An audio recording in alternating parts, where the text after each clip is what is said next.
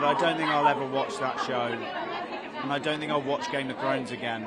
Even though Jon Snow doesn't appear in House of the Dragon and won't even be born in its chronology for another 150 years or so, the Game of Thrones prequel nonetheless manages to make fun of him. Apart from the most general references that come with being set in Westeros, the spin-off has mostly avoided making too many clear parallels to its original program. Though even that was more restricted to the prequel's narrative. It had previously presented Aegon the Conqueror's dream. But by the end of House of the Dragon Season 2, things had considerably shifted. The tie-ins in The Queen Who Ever Was became much more obvious when Daemon Targaryen experienced visions of Brynden Rivers, the man who takes on the persona of the three-eyed raven, Dany Targaryen, a White Walker, and Whites. Though Daemon doesn't even appear, or rather, it's because he doesn't. There are multiple layers to what he sees and what it all signifies.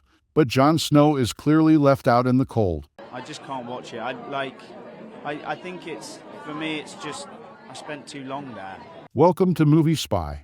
According to House of the Dragon, Dany, not Jon Snow, is the prince who was promised. Jon had been speculated to be the Game of Thrones prophesied hero. As far as I can tell, one of the most popular interpretations of Daemon's vision is that it suggests Dany is the prince that was promised, the hero who would lead Westeros in the fight against the White Walkers. According to prophecy, one of the prophecy's indications, a crimson comet, precedes her entrance, as does the image of her awakening dragons made of stone another. A portion of this is derived from Azrahai's prophecy, but it's reasonable to believe they are one and the same for dramatic effect. It's also accomplishing all of this while unmistakably linking to the White Walkers, the Targaryen on the Iron Throne, and Aegon's dream, which also includes the prince that was promised.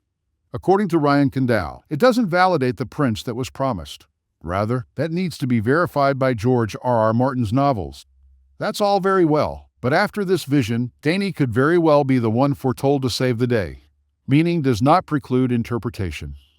The drawback for Jon Snow, though, is all of that. Jon is the only person who has been mentioned as being just as likely, if not more so, than Dany to be the prince that was promised at Azor Ahai. He satisfies several requirements and accomplishes more than anybody in forging the realm's unity against the army of the dead. Nevertheless, he is completely absent from Daemon's vision. That does not preclude him from being the prince that was promised in the novels. After all, Martin is capable of such a role. However, if Dany is the promised savior again, that's just how I see it. And it's debatable how significant it is given its lack of significance in the Game of Thrones finale. Then Jon Snow isn't either. That's not necessarily a negative thing, as Dany is an attractive option. But it does indicate that the poor bastard is getting passed over once more. Considering that Jon is the offspring of a Stark and a Targaryen, the sons of cold and fire, it's somewhat unexpected that they chose not to play this card. Hot offers more suggestions. It doesn't matter that Jon Snow is a Targaryen. Game of Thrones didn't do much to explain his parentage. In addition to revealing the destiny of House Targaryen, Dany vision in House of the Dragon even goes so far as to suggest prophecy. It's noteworthy that her dragon eggs are burning.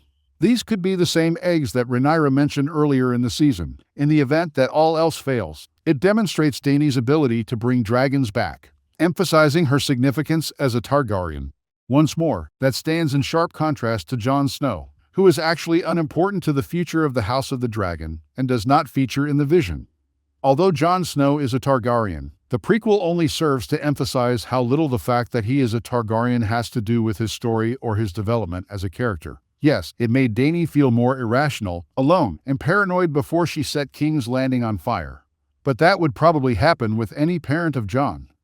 Given that it raises the concepts of nature versus nurture, and the fact that Jon is more than his blood, that decision isn't intrinsically boring.